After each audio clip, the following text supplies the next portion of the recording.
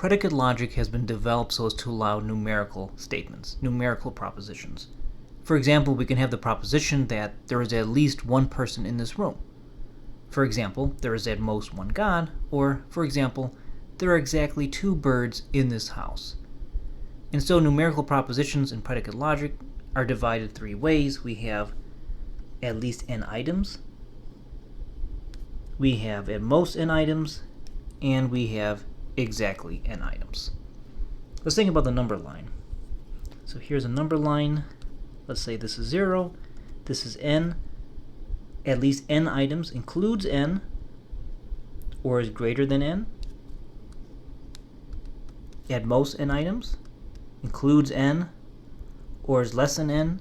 And of course, exactly n items just is exactly n items. Now it turns out to form the exactly n items proposition, one way to do that is just to combine at least n items and at most n items. So then you'll get exactly n items. You just combine them through the conjunction. Together we should think about the fact that predicate logic has the universal quantifier and the existential quantifier. So if we're going to make a statement that there are at least n items, it seems natural to think of it as stating something existing. Hence we have the existential quantifier. And in fact, the existential quantifier itself always implies at least one item. If I say there exists an x such that x is a t, it implies that there is some x out there in the world that is a t, at least one. So at least always goes with the existential quantifier. On the other hand, at most n items is, we might think of it as an upper limit. Hence it doesn't imply existence. So we have the universal quantifier. I think a good way to learn about this is just to go through several examples and to compose a list. And I'm going to go through this list a little bit later. I'm going to look at some concrete examples, but if we just write out at least 1 t, at least 2 t's, at least 3 t's, you will notice a pattern. And I don't know why. Oh no, I thought I made a mistake there, that's right. Okay, so at least 1, at least 2, at least 3, at least 4, and then at most 1 t, at most 2 t's, at most 3 t's, at most 4 t's, and then exactly 1 t, exactly 2 t's, exactly 3 t's, exactly 4 t's. If you write them down one by one, I think you'll see the pattern. But let's think about this in some more concrete examples, and then we'll go through that list. The first example is some bird is in this house. It's a particular proposition, it's an existential statement, and so we'll symbolize this into predicate logic as there exists an x such that x is a bird and x is in this house. But what about this? There is at least one bird in this house. How would we symbolize that into predicate logic? Now it turns out, as I said previously, this statement right here already implies that. So in fact, if we're going to symbolize this statement into predicate logic, we just get there exists an x such that x is a bird and x is in this house, because that implies at least one such thing. There is one x that satisfies those conditions. So these two propositions in predicate logic are treated the same when we symbolize them.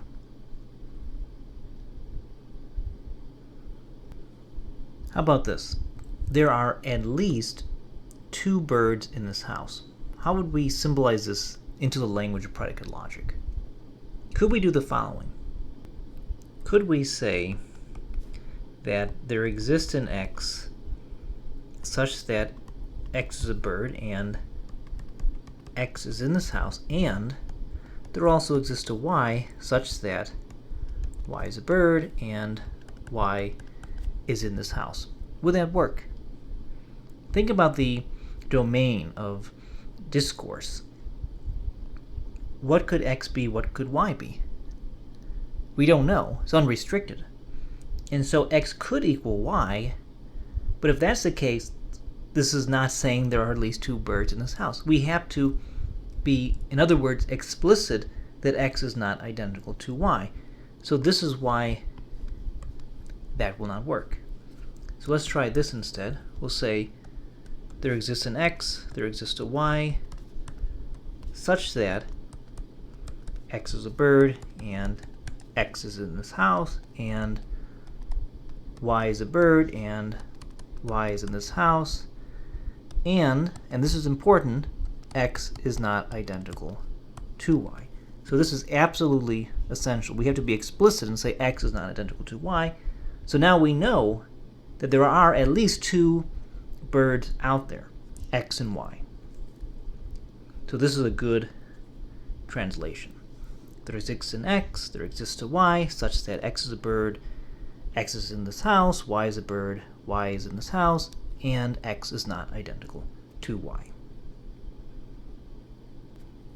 With this example we have there are at most 2 birds in this house. This one I believe is a little bit more tricky to deal with.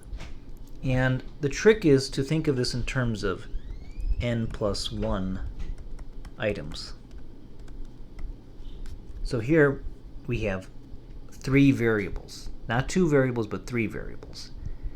And the trick is to say that of those 3 variables, at least one of those variables is identical to another variable, one of those other variables, such that we're narrowed down to at most 2n.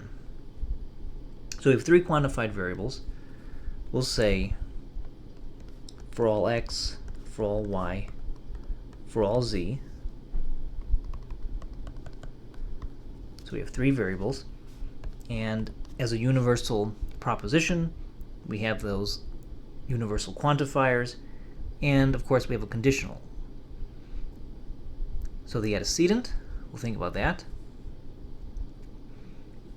So first we know that if x is a bird and it's in this house, and the same thing for y, and the same thing for z,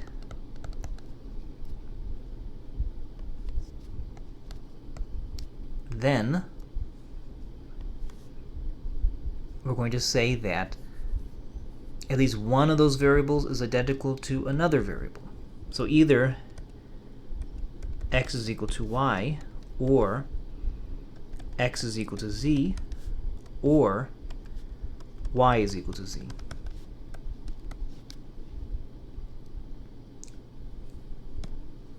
In other words, once again, if we speak about 3 birds, 3 variables, it turns out that at least 2 of them must be the same to force us down to at most 2.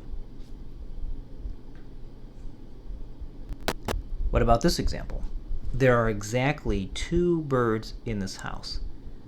Now one way we can translate this into predicate logic is just to form a conjunction of the 2 previous examples. Although, to be sure, there is another way to do this, but I think this is a first good approach to take. So let's do that. So on the one hand we have that at least 2 birds are in this house, and at most 2 birds are in this house. So we'll first tackle that. So we'll say that there exists an x such that there exists a y such that x is a bird and it's in this house, and the same is true for y. And most importantly, so to speak, is that x is not identical to y. So x and y are definitely distinct. So we have at least 2, and we'll now deal with at most 2. And we use that n plus 1 trick. So there are 3 quantified variables for all x, for all y, for all z.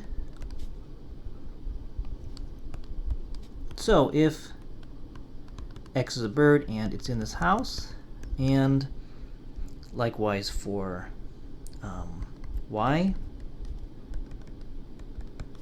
and likewise for z. So that is our antecedent arrow. Then we'll deal with our consequent. So either x is identical to y, or x is identical to z, or y is identical to z.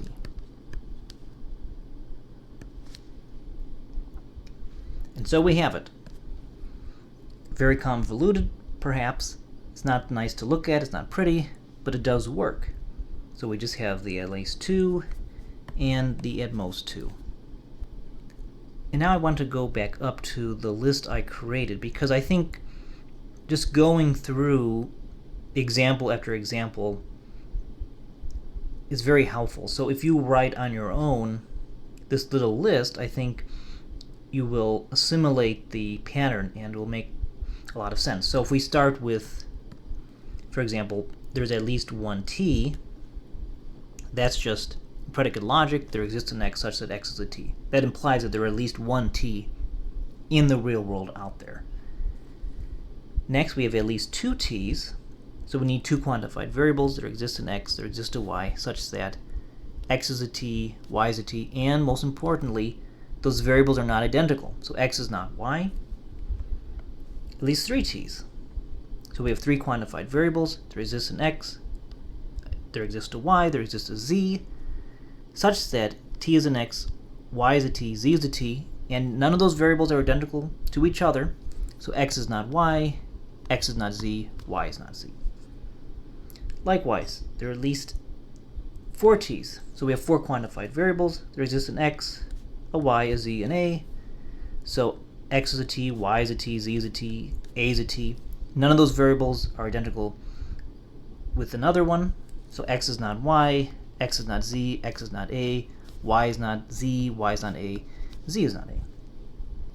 And then we can move into at most one t. And the trick is, so to speak, that n plus 1 idea.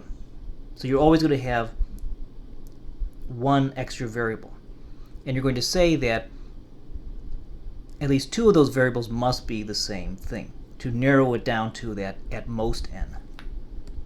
So for at most 1t, we need two quantified variables. So for all x, for all y, so we have our antecedent and our consequent. So if x is a t and y is a t, then x is equal to y. At most two t's. So we need three quantified variables for all x, for all y, for all z.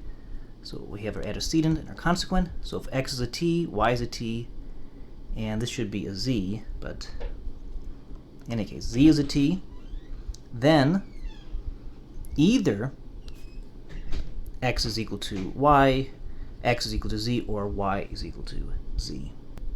And moving down, at most three t's. So three t's, so there needs to be four quantified variables. So for all x, for all y, for all z, for all a, our antecedent and our consequent, which I didn't have room to write. I shouldn't have wrote it that way, but in any case, so our antecedent, we just declare, hey, x is a t, y is a t, z is a t, a is a t. So if that's the case, then at least two of these variables are identical, such that we can narrow it down to just saying at most there are three things. So we have four variables, but on inspection, turns out at least two of them must be the same thing. So either x is a y, x is a z, x is an a, or identical to a, y is equal to z, y is equal to a, z is equal to a. Then we have at most four things. So we need five quantified variables. So x, y, z, a, b. Same idea, we have the antecedent. Then we have that long consequent. So either x is a y, x is a z, x is an a, x is a b, y is a z, y is an a, y is a b, z is an a, z is a b, or a is a b. So if you just write those down on your own, I think you'll see the pattern pretty quickly. I think that's the easiest way to learn this, frankly. Just to go one by one through these examples and write them down on your own without looking at notes. So, once you did at most 1 and most 2, you should be able on your own to do at most 3 and then at most 4. And then in principle you can do anything. And then we have exactly 1t, exactly 2t's, exactly 3t's, exactly 4t's. And that's just, at least one way to do this is just the conjunction between, so if it's exactly 1t, it's just at least 1t and at most 1t. For exactly 2t's, it's just the conjunction of at least 2t's and at most 2t's, and so forth. Although there is a way to shorten that up a little bit, but I think this is a good first approach. So I hope this has been helpful. And again, for me, I think just writing down this list here is especially helpful to think about these general forms. So this is a video on numerical propositions in predicate logic. I hope it's been helpful, and good luck to you.